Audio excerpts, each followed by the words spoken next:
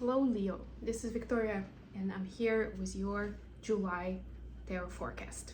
As always, we'll be looking at your love life, your career and workspace, and we'll get you guidance from the universe on how to best utilize the energy of the month of July. At the end, I'll post some messages from your personal interest to yourself, so stick around for that.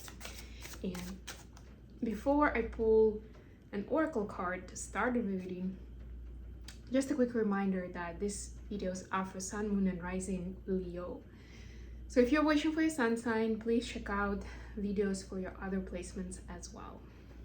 And of course, if this resonates, if you enjoy what I'm doing, don't forget to hit that like button or leave a comment. And of course, if you're new, please subscribe so you don't miss any messages in the future.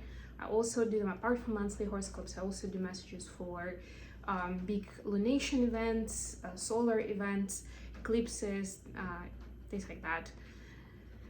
So definitely subscribe and check out the information in the description box, because there's stuff on how to get a personal reading, what other services I provide, sources of content, etc., etc. With all that said, let's see, what do we need to know for Leo? Shield Maiden, make plans and focus. Yeah, I mean, Leo is a fire sign, and this is quite a fiery energy, very masculine, plan and take action. Usually fire signs are very good at it, so this is kind of up your alley. Sometimes we may feel like we don't have what it takes, we don't know our public, like there's something telling us in our head that maybe it's not the right time, maybe I'm not the right person. This is your confirmation that you are the right person for whatever is coming up for you, or whichever opportunity is knocking at your door during this time. All right, let's get into the main read. So for your love life, you have the Queen of Wands, could be another fire sign, Three of Pentacles, and the Empress. This is Taurus energy. Could be dealing with a Taurus. For your career space, you have King of Cups, Ace of Cups. Don't we love seeing all these cups in the workspace? No, I'm joking.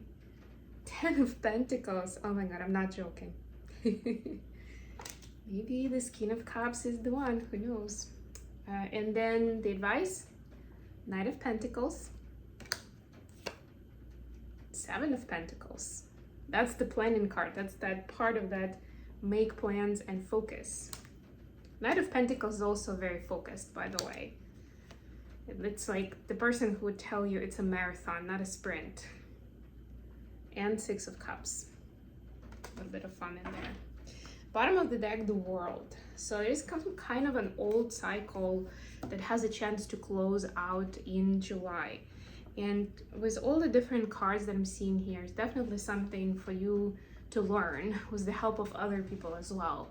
But most importantly, there's something you can put to bed, some kind of repeated pattern, right? And when I say repeated pattern, sometimes people think that it's like kind of exactly the same. Like, I don't know, having a narcissistic boss over and over again. But it doesn't have to be like that, right? Like a narcissistic boss can be an example of a scenario where you abandon yourself, where you know that what they do is wrong, that it's unhealthy, but you choose to stay, and you're finding reasons to stay. And then, in your family life, maybe that could be the pattern that you have with your partner or your kids or even family members, right? Where you're just keeping the peace. Like it could be some completely different, no narcissist there, but maybe you are doing some people pleasing. Maybe you are suffering in silence to keep the peace, right? To make things somewhat easier. But essentially you're also abandoning yourself because you are choosing that, right? Like it could be things like that. So whatever it is, there's a chance to leave it behind. Just pretty awesome. There's definitely somebody who can help you here, and I see it more than anything with the Three of Pentacles card here. Yes, it could be another fire sign. It could be a Taurus. So another fire sign would be Sag, Leo, or Aries, right? Or Taurus.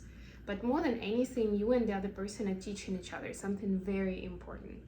And again, don't take it literal that this person is your teacher, quote unquote, and they're showing you like the bad stuff, showing you the mirror, like, ooh, this is what you do. It doesn't have to be that way. For some of you, you'll see the lesson, or you learn the lesson by seeing how your person is dealing with a similar situation, with a similar people, right? Who are taking advantage of them, who are bullies, who whatever, you know, feel like or seem like victims, right? So you learn something from them in that way. So whoever is in your closest surrounding right now, could be literally your life partner, could be somebody else who's close to you.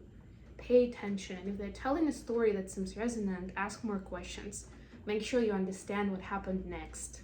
You're monitoring it is a strong word, but you're following the updates. And another thing that I see here, like both of these cards, the Queen of Wands and the Empress, they're here to show you your power. And it doesn't even matter whether you are feminine or masculine. Yes, both of these cards are essentially about the feminine energy. But this is very strong feminine energy. It says like the Empress is the Queen of the Queens, has the power of all of the 4 queens. The Queen of Wands is the woman of knowledge, woman of wisdom, somebody who's passionate and follows their drive, their ambition, right? And you know, it's a hell of a strong energy here. And in July, you'll be asked to show this side of you, the creative, the passionate, the strong-willed, the ambitious. Hopefully that's who you are, but if not, or maybe you are in certain situations when, it's among people you know, or when the path is straightforward, and when it's not, then something else happens. Right? That could be the pattern that you're actually going to be working with. Okay. For the workspace, you have King of Cups, Ace of Cups, and 10 of Pentacles. I mean, all of these cards are about relationship and emotional wholeness, if you ask me.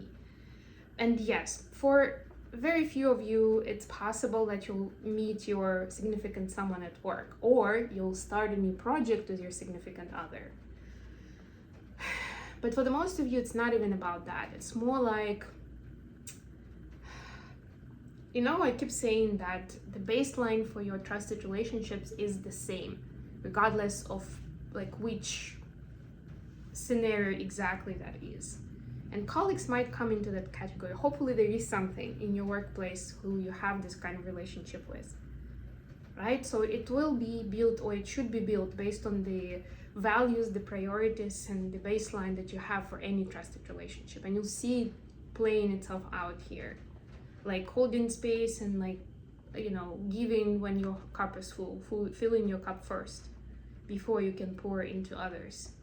Being emotionally intelligent, picking your battles, reading the room, understanding yourself even before you understand everybody else and cater to everybody else's needs. And then 10 of Pentacles, of course, is that long-term contract where it's not even about specific terms and conditions or a commission that we're going to get or whatever it is, right? It's like we're family now. We are partners for life to a certain extent, even if it's not literal, right? Like we don't even need a contract at this point. It's reaching that kind of maturity and connection with each other. I love this. So there is an opportunity to build something like that. But of course, do your due diligence and revise what that baseline is, why it's important for you. How can you tell if the other person is on the same page with you? Have you communicated those non-negotiables from your side, right? Like these are the checkpoints for you, and that's what I'm hearing. That's why this is being brought up in the reading right now. So you do a little bit of that prep work. Get ready for those conversations. And then finally, the advice, Knight of Pentacles, 7 of Pentacles, and 6 of Cups. I already kind of commented on this too, especially with that Shield Maiden card that said make plans and focus. It's like make plans and focus, quite literally, right? Like continue nurturing the ideas, planting the seeds, doing something differently, right? And acknowledging progress, no matter how small, because this is a long game you're playing, whether it's strictly in your business or in personal development or in a relationship.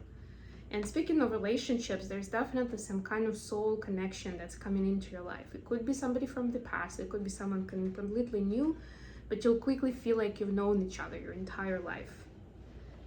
Pay attention to this connection, and not just because it feels good. It may actually feel scary for a little while until you figure out why am I pulled into this person so much, right? But keep your playful energy here. Don't get suspicious. Don't build the actual shield.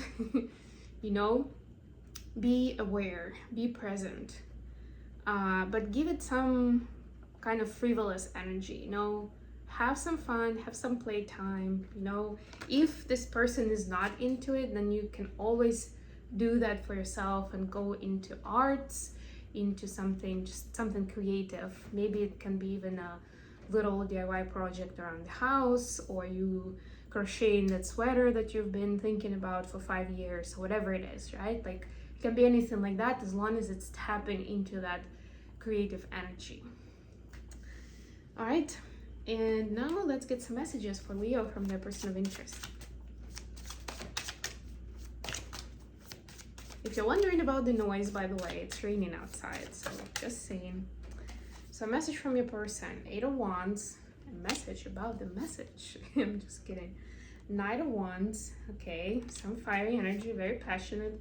10 of Cups. I mean, seriously. You are getting some kind of a jackpot in July, Leo. I mean, it is the start of your season, so I guess it's fitting, but still always great to know.